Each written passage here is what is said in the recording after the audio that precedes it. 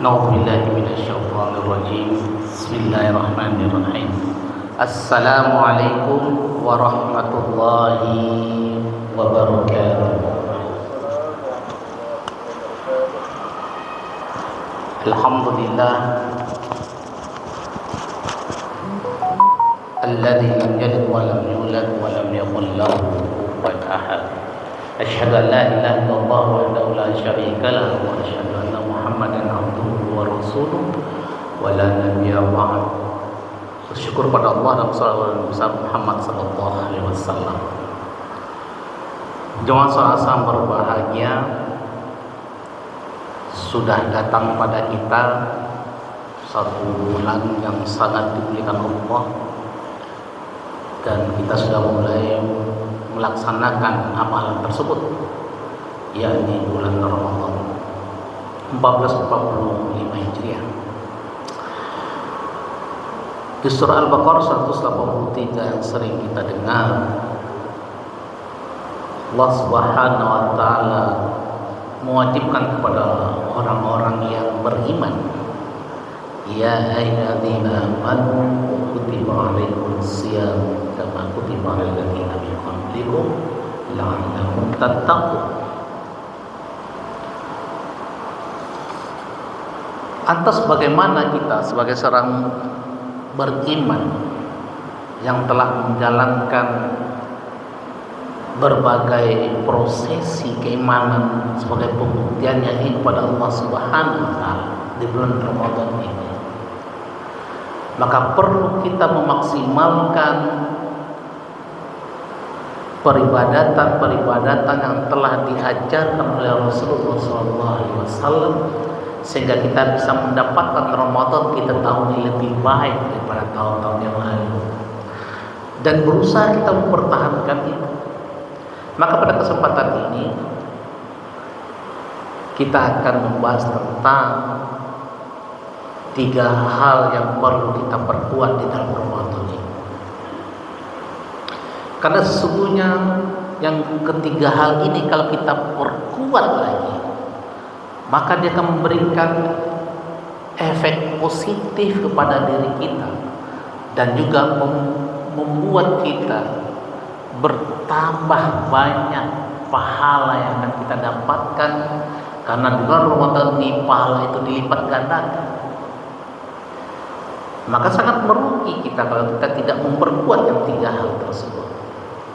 Yang pertama adalah yang perlu kita perkuat itu as-shalah. Salat perlu kita perkuat lagi. Salat tidak hanya salat fardu yang kita kerjakan. Kenapa salat ini perlu kita perkuat, tidak hanya salat fardu? Karena Allah mengatakan di dalam surat At-Taha ayat 14 itu, innani anallahu la ilaha illa ana fa'budni wa aqimus sholata li dzikri. Bahwa kita dengan salat itu menyatakan sesungguh-sungguhnya tidak ada Tuhan selain Allah Subhanahu wa taala. Dan dengan salat itu mengekspresikan peribadatan kita kepada Allah Subhanahu wa taala. Dan dengan salat itu membuat kita teringat, membuat kita ingat bahwa sesungguhnya ada Allah Subhanahu wa taala.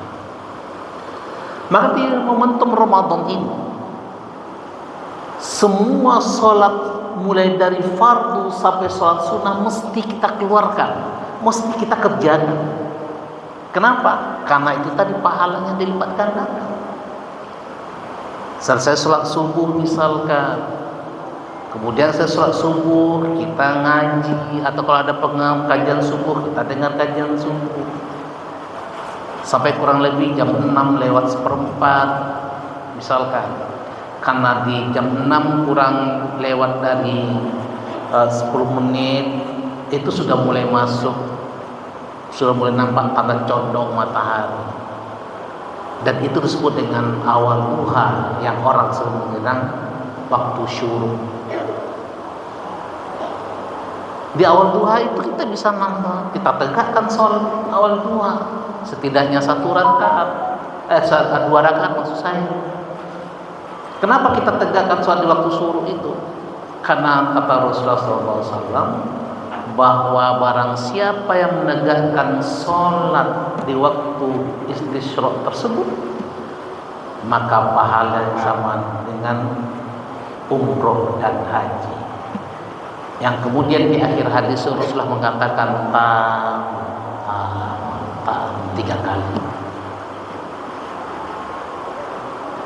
Itu awal buka.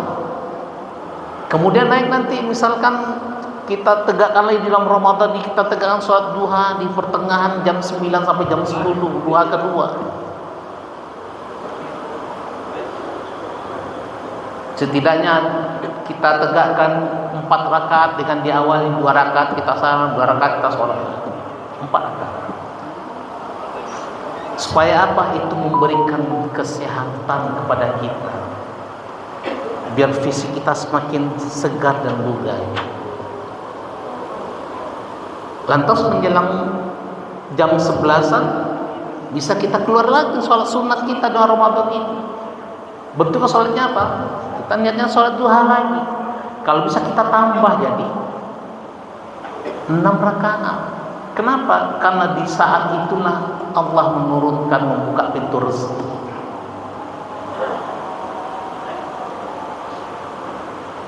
Oleh sebab itu momentum bagi kita di bulan itu untuk menegakkan itu. Lantas apa? Selesai itu menjelang azan zuhur berkumandang, atau setelah azan zuhur berkumandang, kita sholat sunat lagi. Bisa kita tegakkan dengan 4 rakaat sholat sunat itu. Kalau tidak 2 rakaat juga boleh. Kenapa kita jaga sholat sunat itu? Karena sholat sunat yang dikatakan oleh Rasulullah SAW oleh Ummu Salamah, setidaknya ada 12 rakaat sholat yang kalau kita pelihara sholat yang 12 rakaat itu, maka Allah akan bangunkan rumah untuk kita di surga.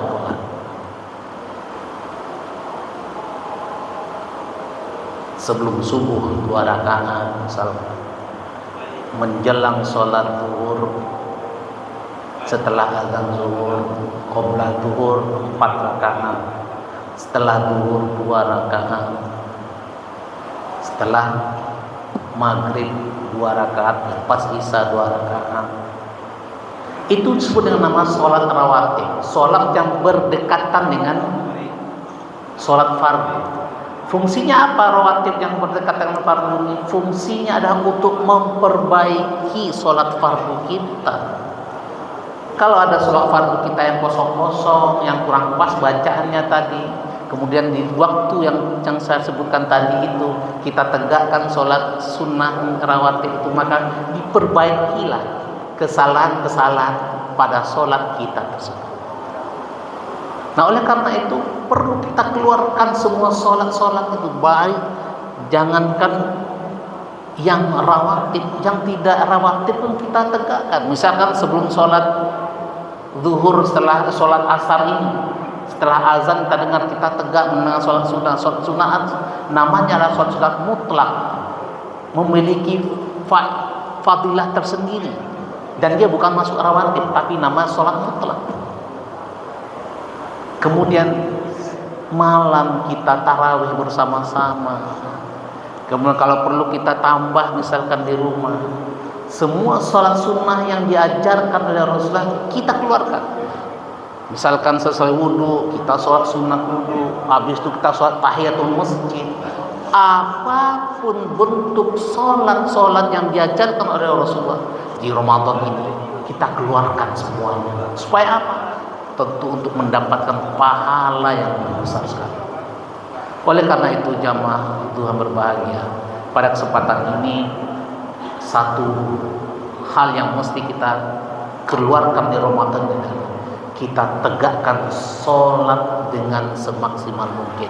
Tidak hanya sholat yang fardu-fardu, tapi juga semua sholat sunnah yang diajarkan oleh Rasulullah kita tegakkan di Ramadan ini, supaya Ramadan kita ini semakin penuh berkah dan tentu semakin banyak pahala kita dapatkan, sehingga di luar Ramadan nanti kita pun sudah terbiasa menegakkan solat sunnah tersebut.